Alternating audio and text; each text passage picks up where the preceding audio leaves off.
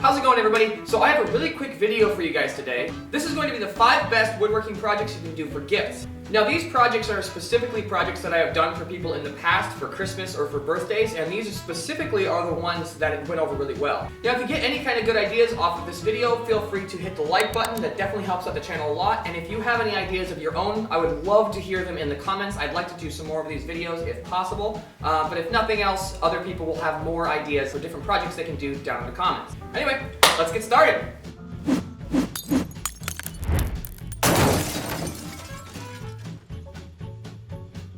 The first thing I wanted to show you is it really doesn't matter what you have to work with to be able to make a thoughtful gift.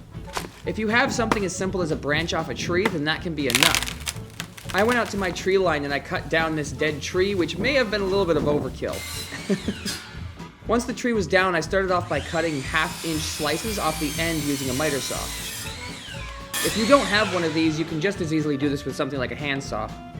To try and stabilize this wood the best I could, I ended up using a mixture of shellac and denatured alcohol. This way it can penetrate the wood fibers and replace any of the moisture that's left.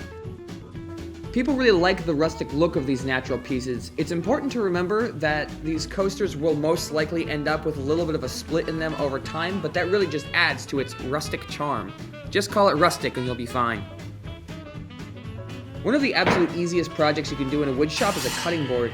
Technically, any solid wood cut into a rectangle would work perfectly as a cutting board. Hardwood is better, but it's not necessary. This one I'm making out of an old hardwood table I got off the side of the road a while back. You can definitely have fun with this one and just make it into whatever shape you want. These are highly customizable, and there are a million tutorials here on YouTube, so just pick your favorite. It's best to use something like butcher block oil for the finish, which I'll leave a link to my favorite one of those in the description. But the only oil I had was boiled linseed oil, and it turns out that boiled linseed oil is actually considered toxic, so I ended up covering this with a few layers of shellac instead. Oh, the butter knife. I love these things. So you can make one of these in about 15 minutes, and each one is completely unique. I love these. It's pretty much what it sounds like. It's a wooden knife used for butter. I made this one out of a scrap piece of walnut I had. If you have something like a butcher block oil, that would be ideal for this kind of a project as well, but I ended up using shellac again because it's what I had. Using shellac may even be better because it's a lot easier to clean the wood once it gets dirty. And if you're going for bonus points, you can also make a breadboard to match it.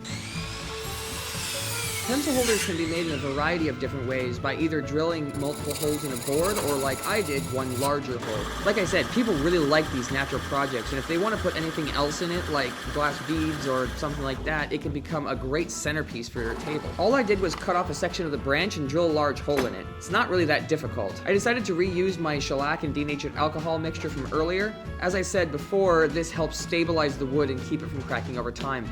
It will most likely show cracks at some point, but this should at least mitigate it a little bit. The other thing the solution does is it solidifies the bark on the outside of the piece, so it's less likely to break off over time. It just makes it a little bit more rigid.